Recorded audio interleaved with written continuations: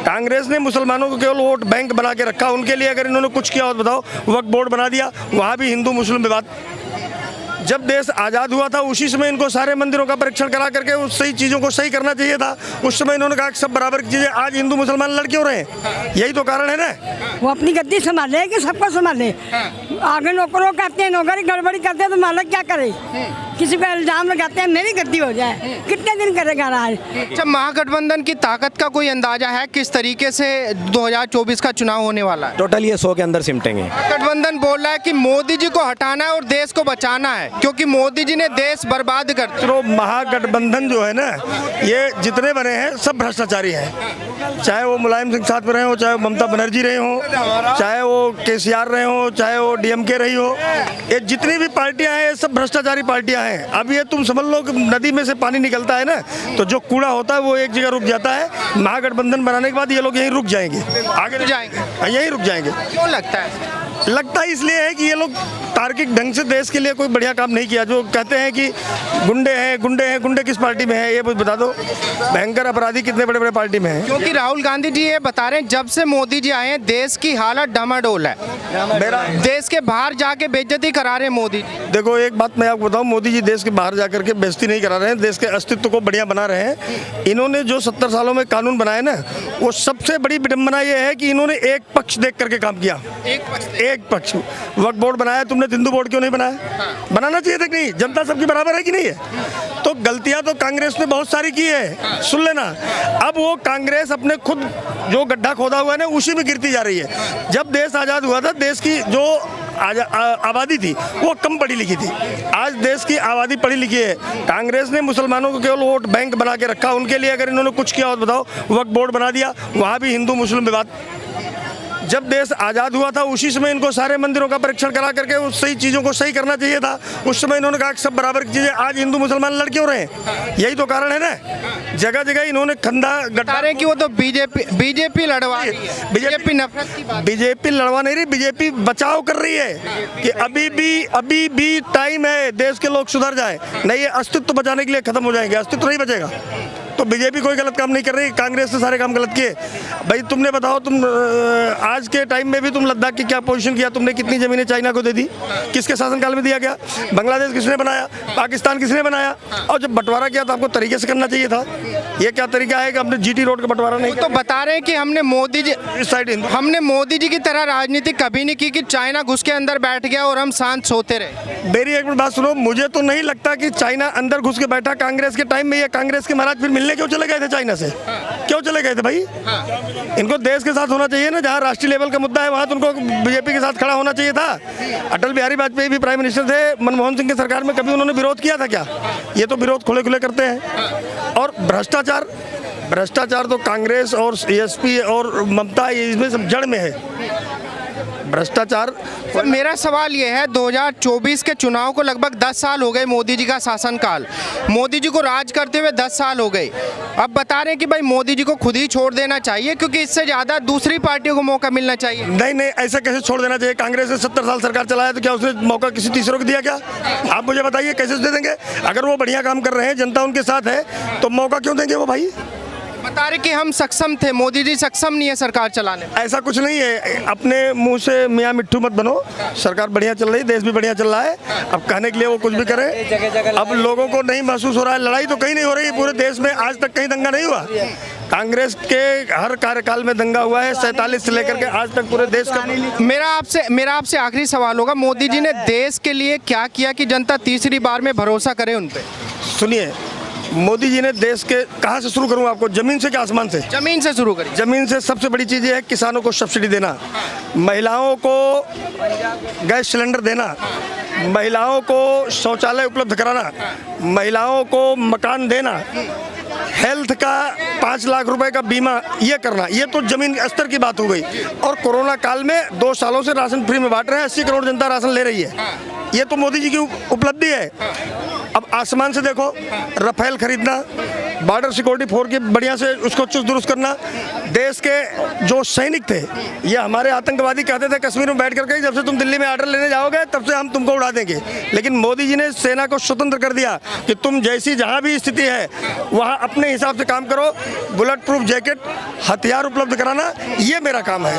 आज middle east में बच्चे कितने अच्छे से जाके पढ़ रहे हैं, सारी वैकेंसियाँ खुली पड़ी हैं। एक टॉप आज के टाइम में जो टॉप क्लास के बच्चे हैं वो बाहर ग्रोथ कर रहे हैं, बढ़िया इंजीनियर, बढ़िया वर्षियर, बढ़िया डॉक्टर जा रहे हैं, यहीं सड़े रहते थे। तो मोदी जी ने हर तरह से, हमारा अपना मानना है कि युवा वर्ग तो मोदी जी से बहुत खुश है, बहुत खुश है। एक सेकंड का टाइम दीजिएगा। क्या लगता है सर, क्या नाम होगा? इमरान खान मेरा नाम है। इमरान खान। इमरान जी, ये बताइए, मोदी जी के 10 साल पूरे हो गए हैं, होने वाले हैं। मुझे ये बताइए, देश के अंदर नया प्रधानमंत्री बनेगा, किसको मौका मिलना चाहिए?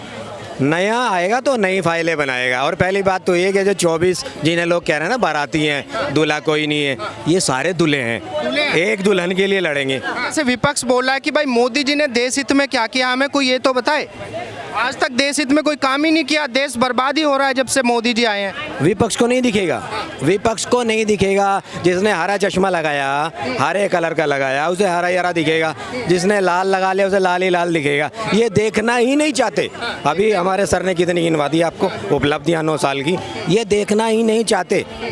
ये मोदी जी को कहते हैं कि बैक मिरर में देख के चलते हैं। मैं कहता हूँ अगर ये अपना बैक मिरर देख लें तो पॉसिबिलिटी है कि अंतरात्मा की आवाज़ से शायद ये खुद ही बैठ जाएंगे कि यार हाँ, हमारे जो 60 साल 55 साल हमें मिले, हमारे बड़ों को मिले, उसमें क्या होना चाहिए था और क्या दिया हमने देश को। खान साहब, मेरा सवाल ये है, राहुल जी बोल रहे हैं कि भाई मोदी जी के पास में अनुभव नहीं है सत्ता चलाने का, अनुभव केवल कांग्रेस के पास में, देश के अंदर हम ही सत्ता चला सकते हैं, मोदी जी के बस की नहीं है। राहुल जी के पास कितना अनुभव है? डायरेक्ट कि हमारी सरकार रही है। पैरा ट्रूपर हैं, पैरा ट्रूपर हैं। क्या कह रहे हैं आंटी जी? किसी के बस का नहीं है देश को चलाए, सब अपनी अपनी चला रहे हैं। भगवान सबको पाल रहा है, भगवान को जो जांच कर रहा है उसको भी जीना आराम कर रखा है। मोदी क्या करे, घर घर जाए, वो अपनी गद्दी संभाले कि सबको संभाले। आगे नौकरों कहते हैं, नौकरी गड़बड़ी करते हैं तो मालिक क्या करे, किसी को इल्जाम लगाते हैं मेरी गद्दी हो जाए, कितने दिन करेगा राज। बस राम का नाम लो। अम्मा जी, मेरा सवाल आपसे यह है कि आपने कांग्रेस की सरकारें भी देखी, मोदी जी के 10 साल देखे, कैसा लगा मोदी जी का काम? हमें तो ये रोटी तो परमात्मा ही देता है, सारी सरकारें अपने आप को ही पालती हैं, खिलाती हैं, राज करती हैं। हमें तो भैया आज तक भगवान ने दिया है और ठीक है, जो अब हो रहा है वो भी ठीक, आगे होगा वो भी ठीक होगा। तो खान साहब, मेरा सवाल ये है कि कांग्रेस ये बोले कि भाई सत्ता चलाने का एक्सपीरियंस तो हमारे पास में है, मोदी जी ने कब सत्ता चलाई? आपके पास कौन सा एक्सपीरियंस है? चलिए, इंदिरा जी को था, राजीव जी को था। इंदिरा जी अपने वक्त में आयरन लेडी थी, तो इसमें कोई शक नहीं।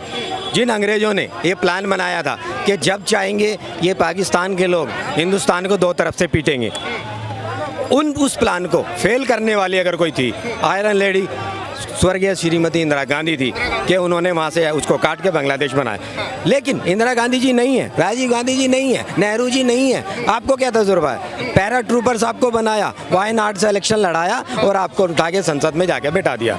ठीक है ना जी, बस इतना तजुर्बा। खाली इतने तजुर्बे पे आपको हम पीएम बना दें? बता रहे कि सारी देश की जनता हमारे साथ है, पूरी देश की 26 पार्टी हमारे साथ है, तो राहुल जी का पीएम बनना तय है इस बार। ऐसा ना हो कि राहुल जी का जब टाइम नज़दीक आए इलेक्शनों का, या उसके इलेक्शन होने के बाद प्रियंका गांधी जो कहते कि ये तो मुझसे छोटा, मैं इससे बड़ी हूँ, मुझे पीएम बनाओ, कोई गारंटी नहीं है भाई। ये पॉलिटिक्स है मेरे भाई। इस राजनीति का हर लेवल इस हिंदुस्तान ने बखूबी देखा है कि कब किसने अपनी राजनीतिक रोटियाँ सीधी करने के लिए अपने परिवार तक को नुकसान पहुँचा दिया। ठीक है ना जी। अच्छा, महागठबंधन की ताकत का कोई अंदाजा है किस तरीके से 2024 का चुनाव होने वाला है? टोटल ये 100 के अंदर सिमटेंगे ये महागठबंधन, क्योंकि साउथ की कुछ पार्टियां वहाँ भी अलग हैं, तेलंगाना अलग है, आंध्रा अलग है, तमिलनाडु अलग है, कुछ पार्टियां अलग, केरला भी अलग है इनसे। बाकी ये जो 26 वाले हैं ये 100 के अंदर या अराउंड 100 के आसपास सिमटेंगे। जिस तरीके से दावा कर रहे हैं कि भाई बीजेपी को 50 सीटों पे समेट देंगे इस बार, कुछ भी हो जाए। एक दावा मैं भी कर रहा हूँ, ठीक है ना जी, दावा तो कोई भी कर दे, आने वाले सेशन में मैं राज्यसभा में जाऊँगा। राज्यसभा में? हाँ, मैं जाऊँगा, मैं दावा कर रहा हूँ। अब क्या होगा ये तो टाइम बताएगा ना भाई। ये तो टाइम बताएगा, आने दो। देखा जाए अगर उनके पास में बड़े बड़े दिग्गज नेता हैं, जैसे अखिलेश यादव है, हमारे केजरीवाल जी हैं, राहुल जी हैं, नीतीश कुमार है, तेजस्वी यादव है, केसीआर है, इतने बड़े बड़े नेता उनकी पार्टी में हैं ऑलरेडी, तो क्या लगता है कि मोदी जी के लिए चुनौती नहीं होगी? कोई चुनौती नहीं होगी, कोई चुनौती नहीं होगी। अभी टाइम है, अभी पिक्चर बाकी है, अभी वक्त आने दो। केजरीवाल का भी चेहरा सामने आ जाएगा, अखिलेश यादव का भी सामने आ जाएगा, सबका सामने आ जाएगा। ठीक है ना जी। ये यूँ के 5-5 4-4 सीट लाके भी ये सोचेंगे कि हम पीएम बने, फिर वो दौर आएगा कि जब तक एक क्लास में बच्चा याद करता था कि हमारे पीएम ये हैं, तब तक दूसरा बदल जाता था, दूसरा याद करता तीसरे बदल गया, तीसरा के याद करा वो चौथा बदल गया। ये हाल ना हो जाए। लेकिन उनका मानना यह है जिस तरीके से मोदी जी जब से आए हैं देश के अंदर नफरत का माहौल है। आप इमरान खान आपका नाम है, मुस्लिम समुदाय से बिलोंग करते हैं, कोई ऐसा आपको देश के अंदर माहौल खराब दिखा कि मोदी जी ने आके मुसलमानों को बोला कि भाई आप देश छोड़ के चले जाओ? मोदी जी एक अकेले हिंदुस्तान के पहले शायद वो पीएम थे जिन्होंने आके यूं कहा था आते ही फर्स्ट टर्म में, वो ऑन रिकॉर्ड आज भी है कि मुझे अपने देश के मुसलमानों पे गर्व है और मेरे देश के मुसलमान सच्चे देशभक्त हैं। ये मोदी जी का स्टेटमेंट था, मैं अपनी तरफ से नहीं कह रहा। आप सोशल मीडिया पे उठा के देख लो उसको, खूब वायरल हुआ था वो जी। और उसका अपोज जो किया था सलमान खुर्शीद, जो कांग्रेस के एक बड़े लीडर रहे हैं, उन्होंने कहा था आपको बोलने की ज़रूरत नहीं है, अगर इनको बोलने की ज़रूरत नहीं थी तो आपको बोलना था। तो क्या मैं कैसे कहूँ, थोड़ा है डिस्प्यूट ये तब से, जब से देश आज़ाद भी नहीं हुआ था, आज़ादी से भी 15 साल पहले जो अंग्रेज़ों ने जहर घोलना शुरू किया था वो आज भी कहीं ना कहीं मौजूद है। आज भी कहीं ना कहीं उसको लोग अपने मफाद के लिए हवा दे देते हैं, और हवा दे के फ़ायदा किसका होता है ये लोगों को देखना पड़ेगा। अच्छा, जैसे अभी मोदी जी ने एक भाषण दिया था कि भाई कांग्रेस ने मुसलमानों के लिए कितना किया, ये पसमानदा मुसलमानों की हालत से पता चलता है, क्योंकि उनको आज तक बैकग्राउंड में रखा, उनको शिक्षा के अधिकार से वंचित रखा, उनको सरकारी सुविधाओं से वंचित रखा, आरक्षण से वंचित रखा, और हम उन्हीं के उद्धार के लिए बात कर रहे हैं। क्यों कांग्रेस नहीं बोलती कि भाई हमने मुसलमानों के लिए कुछ किया? फर्स्ट टर्म में कमेटी बनाई गई थी, रिटायर्ड चीफ जस्टिस है, रिटायर्ड जस्टिस सच्चर, उनके अंडर सुपरविजन एक कमेटी बनाई गई थी कि भाई देश के हालात का पता करो, किस कम्युनिटी के क्या हालात हैं, किस लेवल पे है। जब सेकंड टर्म था मनमोहन जी का, तो उन्होंने रिपोर्ट दी थी कि भाई ये कम्युनिटी वाइज ये हालात हैं, और उसमें सबसे लो कैटेगरी पे मुस्लिम है। अगर वो रिपोर्ट सामने आ जाए ना, और वही मुस्लिम को पता लग जाए, उन्हें ये पता लग जाएगा कि कांग्रेस पार्टी तुम्हारी कितनी हितैषी है। सेकंड, जैसे ही वो रिपोर्ट सामने आई, वो उठा के वहीं दबा दी गई, कचरे के डब्बे में डाल दी गई, ख़त्म कर दी गई। और एक चीज़ पे हमेशा फोकस किया है कांग्रेस ने कि उसने डरा के रखा है, देखो वो आ जाएंगे तुम्हें मार देंगे, वो आ जाएंगे तुम्हें, भाजपा नहीं आनी चाहिए, वो आ जाएंगे तो तुम्हें देश से भगा देंगे। हालांकि मैं भी यही हूँ, मेरे वालिद मेरे फादर भी यहीं, मेरे दादा भी यहीं, मेरे सब यहीं थे, यहीं हैं। ठीक है जी। लेकिन फिर ये माहौल क्यों बनाया जा रहा है कि भाई मोदी जी देश के लिए खतरनाक है? उन्हें अपना बेनिफिट नज़र आ रहा है, उन्हें अपना बेनिफिट नज़र आ रहा है, बिल्कुल उन्हें अपना, विपक्षियों को अपना बेनिफिट नज़र आ रहा है। हाँ जी। अच्छा, एक मुस्लिम होने के तौर पे आपको देश के अंदर ऐसा माहौल नज़र आता है जैसे कांग्रेस पार्टी बयां करती है? मैंने क्या कहा, कुछ तो है, ये बेखुदी बेसबब नहीं है गालिब, कुछ तो है कि जब रामनवमी का जुलूस निकलता है तब भी एक ही पक्ष दंगा करता है, और जब शब-ए-रात का जुलूस निकलता है तब भी एक ही पक्ष दंगा करता है।